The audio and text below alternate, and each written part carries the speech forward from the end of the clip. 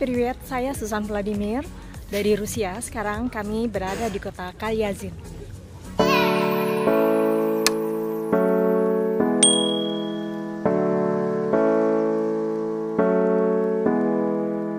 Ceritaku, Susan Vladimir. Kalyazin adalah kota sejarah yang terendam oleh air. Terletak di tepi sungai Volga sekitar 190 km dari Moskow. Masuk dalam wilayah Tver. Awalnya merupakan kota kecil ketika biara Nikola di daerah Zapna berdiri sejak abad ke-12. Pada abad ke-15, biara Kalyazinsko Trinity Makarewiczki berdiri.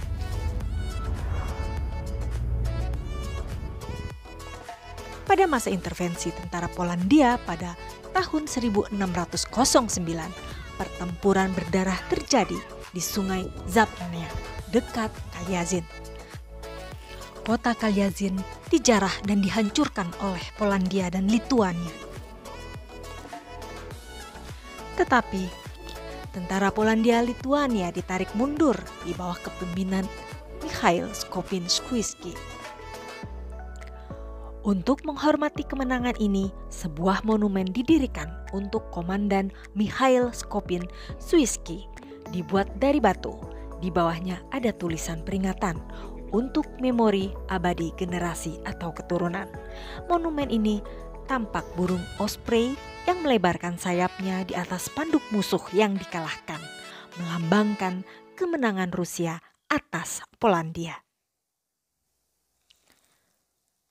Pada abad ke-18 hingga 19, Kalyazin merupakan pusat perdagangan yang penting karena terletak di tepi sungai Volga, tempat jalur perdagangan dilalui.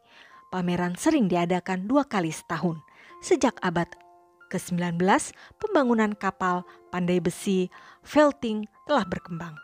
Pabrik felting telah bertahan hingga hari ini dan telah beroperasi selama lebih dari 200 tahun. Memproduksi sepatu bot musim dingin yang langka. Sepatu ini sangat simpel, hangat dan nyaman, terbuat dari wol domba, mudah digunakan, yang bisa dipakai tanpa kaos kaki, disebut walinki. Setelah pembangunan pembangkit listrik tenaga air di kota Uglitch dan terbendungnya waduk dengan nama yang sama, kota ini harus mengorbankan 2/3 wilayah kota. Pada tahun 1940-1941, sekitar 100 desa, 30 gereja, dan pedesaan terendam oleh air. Dulu kehidupan yang aktif di alun-alun dan jalan-jalan kota kini hanya tertutup air. Dan di tepi sungai Volga, Anda dapat melihat suatu hal yang paling penting dari Kalyazin, menara lonceng bekas katedral Nikolski yang menjulang tepat di tengah sungai ini.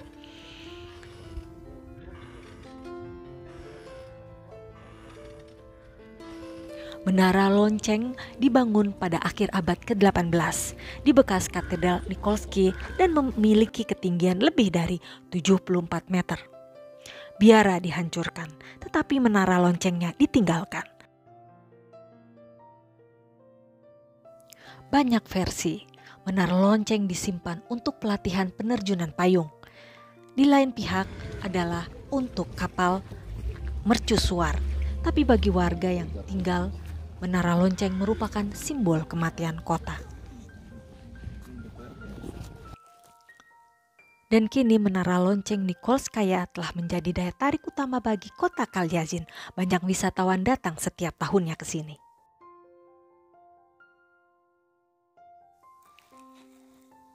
Sebuah cerita menarik terkait dengan menara lonceng ini. Cerita mistis, cerita aneh, tapi nyata. Tapi cerita ini ada. Mereka mengatakan bahwa di suatu tempat di bawah sana lonceng besar yang beratnya lebih dari 8 ton. Sebelum kota ini ditenggelamkan, mereka mencoba mengambil lonceng. Tetapi lonceng itu jatuh ke bawah, jatuh ke ruang bawah tanah menara lonceng, dan tetap di sana. Seorang anak laki-laki segera berenang ke dalam menara lonceng dan menyampaikan bahwa lonceng masih ada di bawah air.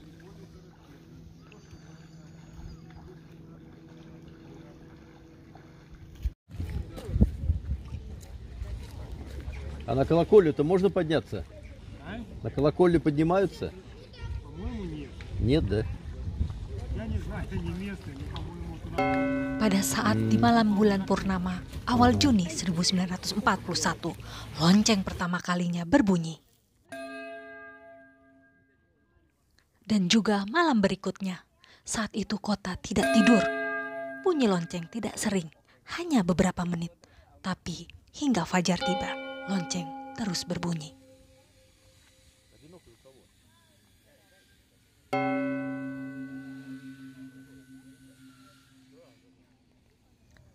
Orang-orang tua berkata, itu bertanda suatu peristiwa, dan pada malam tanggal 22 Juni 1941, lonceng berbunyi sepanjang malam, bunyinya hingga desa pesisir. Dan pagi-pagi sekali, berita pasukan Jerman melintas perbatasan Uni Soviet kala itu.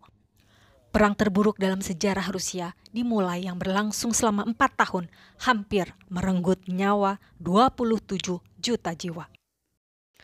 Pada akhir tahun 1945, bel berbunyi lagi dan terjadi peristiwa menandakan pertempuran terhadap Berlin. Dan aneh, merupakan suatu misteri mengapa lonceng berbunyi pada malam tanggal 6 dan 9 Agustus tahun 1945 ketika kota Hiroshima dan Nagasaki di Jepang dibom atom. Pada musim panas 1946, pimpinan partai lokal mengambil langkah untuk peristiwa ini. Sebuah surat rahasia memerintahkan kapal selam dan 2 penyelam untuk turun ke bawah, mengikat dengan kawat lidah anak lonceng agar tidak berbunyi lagi. Tetapi pada malam Oktober tanggal 5, malam yang dingin, pada tahun 1948, pada siang hari, lonceng berbunyi lagi. Kehidupan di kota mati lebih awal. Di seluruh kota mendengar lagi. Kepanikan melanda Kalyazin. Besok, kata mereka, perang bom atom akan segera dimulai. Tetapi lonceng itu menandakan peristiwa yang sama sekali berbeda. Pada 6 Oktober pukul 4.14 waktu Moskow atau pukul 1.14 waktu setempat, peristiwa gempa bumi menyapu Ashgabat, kota Turkmenistan. Gempa bumi yang menelan korban jiwa hampir 40.000 orang dan kota Ashgabat hancur. Karena bunyi lonceng misterius, akhirnya diputuskan sebuah tim melakukan penelitian, dilakukan penyelaman beberapa kali untuk mengukur bel di ruang bawah tanah yang terendam air. Tapi di hari ketiga, ekspedisi dibatalkan. Semua tim pulang tanpa memberitahu pihak berwenang setempat. 15 orang anggota ekspedisi, 5 orang tidak mampu melanjutkan. 2 orang dari 4 penyelam menderita penyakit dekompresi. Pengemudi kapal jatuh terkena stroke, kapten kapal sakit parah, kena gangguan pencernaan, dan anggota lainnya demam. Tetapi mereka semua selamat, hanya harus menjauh dari menara lonceng. Dan penyelidikan pun dihentikan, tidak diteruskan.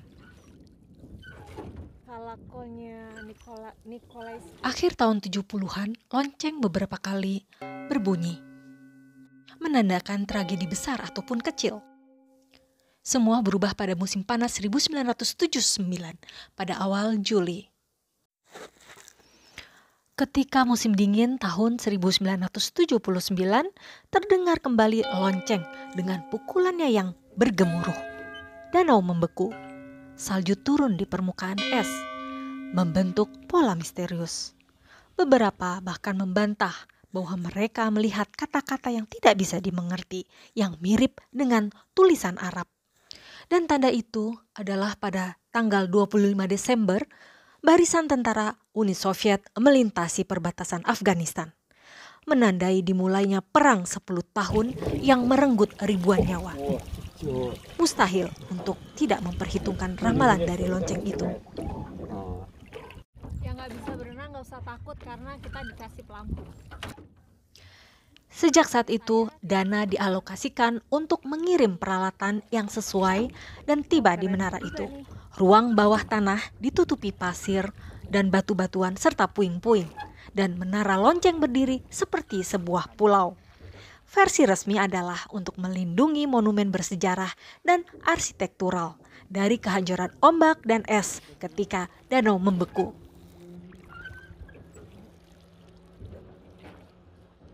Sebelum kota ini terendam air, biara Trinity Makarewicz terletak di Kalyazin menjadi fondasi kota Kalyazin.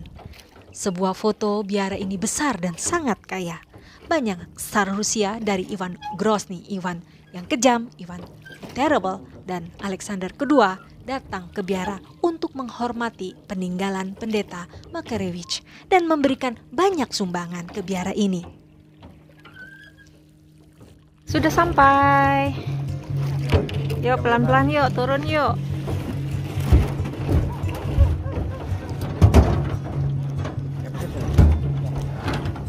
Yaitu kapten kapal kita, Bapak Vladimir.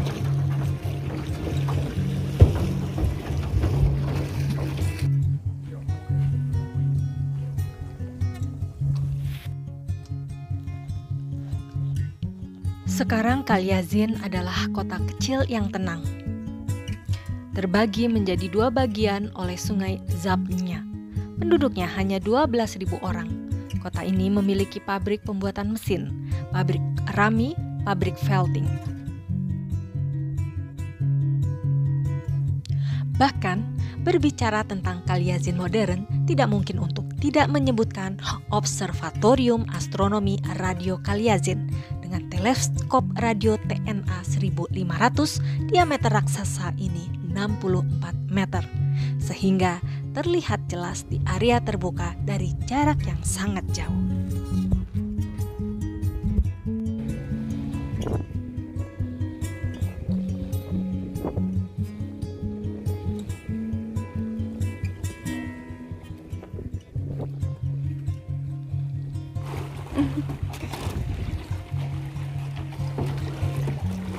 Apa tuh Mas ya? Там я. Иди, давай. Там я. Ну иди уже.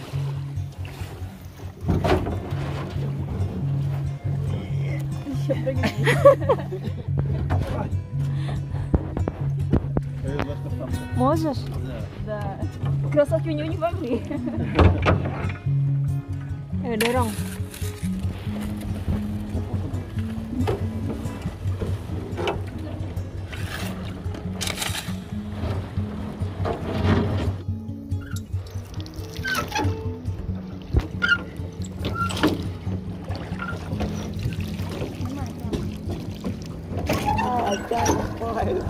Ой, Goyang-goyang. Kota Kalyazin, ya Bapak. Sekarang penduduknya itu sekitar 12.000. Да? Bunyi apa itu? Oh, kapal besar. мы же там большом. Itu kapal turis.